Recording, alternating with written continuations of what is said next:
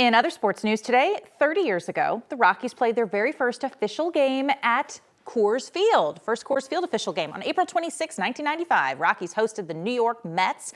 The team went on to win the game 11-9 with Dante Bichette hitting a walk-off 3-run home run in the 14th inning. History of the field goes back to before Colorado even had a team. In 1990, the Denver area voters approved funding for Coors Field. A year later, the MLB granted expansion franchises to Denver and Miami. Construction began on Coors in 1992. Now, 30 years old, Coors is the third oldest stadium in the National League.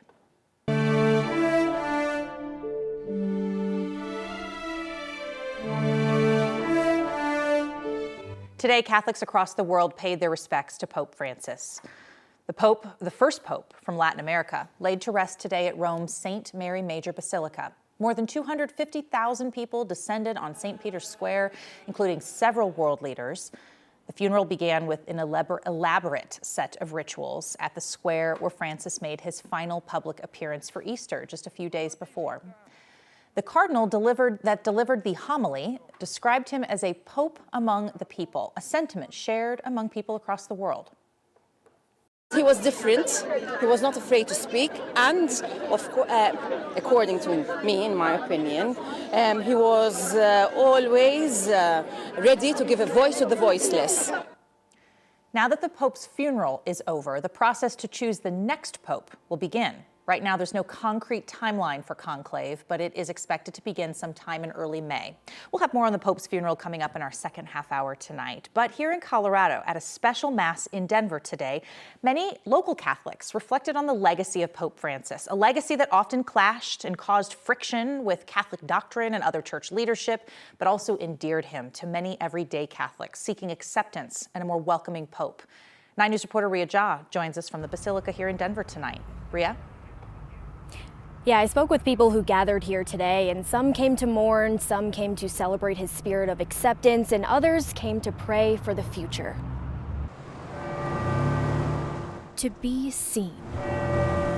To be loved. It's like a part of my past. To be accepted. I was somebody that struggled with same-sex attractions, so I was in relationships with female most of my life. There was a time when Jackie Montoya never would have pictured herself going to a mass mourning the Pope. I mean, I dressed completely different, was short hair, I'm tattooed up, all of that. While the Catholic Church still rejects same-sex marriage and condemns sexual relations between same-sex partners, it was Pope Francis who made it more welcoming for people like Jackie, who once felt pushed out. This Pope was for the outcasts, of the ones that were rejected. He brought me back to the church. He made it okay to come back home. They led him through the streets of Rome to be buried in Our Lady's Basilica.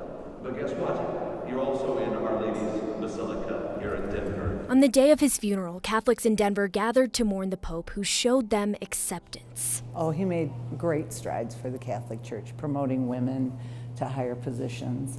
He was a very humble man. His humility, his care for the poor, that touched us a lot. He's very different in that sense. Here to pray, the next Pope carries Francis's spirit forward. I think to pray for the future, most specifically. I will say it was a huge shock when I found out that the Pope passed away. It really freaked me out a little bit, to be honest, but that's part of the reason why I'm here. He's our leader.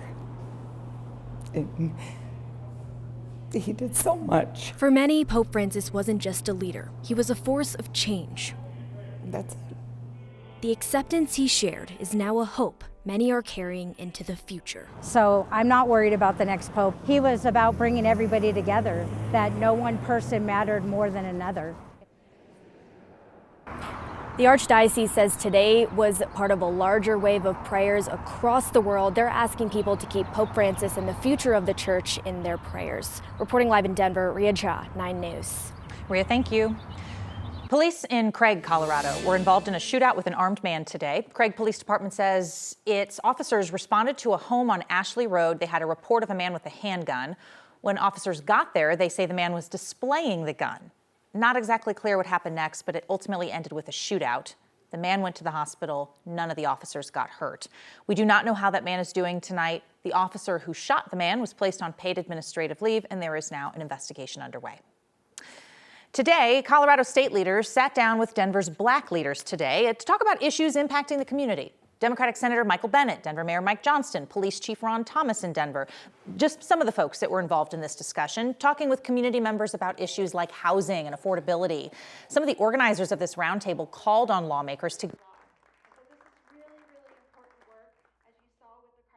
give leaders a chance to hear directly from the community members. However, they don't know everything. And so if we don't show up to actually give them our voices to understand how decisions that are being made on higher levels are affecting the people, we're doing ourselves a disservice.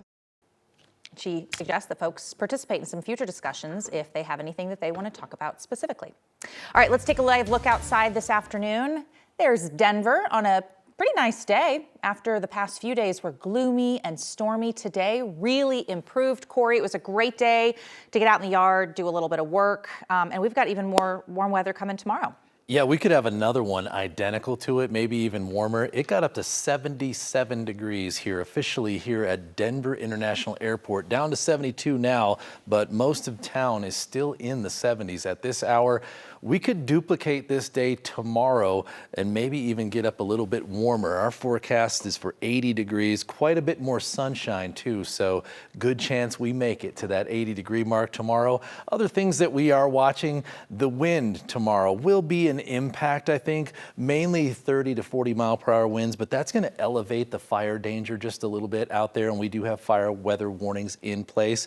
And then we'll have a cooler week with some rain chances. Best chance looks like it's coming on Wednesday afternoon. I'll talk about that coming up here, and also a warmer end to the week here as looks like we could have back-to-back nice weekends coming our way. That's great news, Corey. Thank you. Ramps along a stretch of southbound I-25 through Denver are now closed this weekend. They're going to stay that way for a full 2 days. CDOT says these closures are needed so crews can replace the concrete barriers along the interstate. They have closed the east and westbound on-ramps to 6th and the off-ramp to Alameda. Ramps are expected to reopen at 6 o'clock on Monday morning.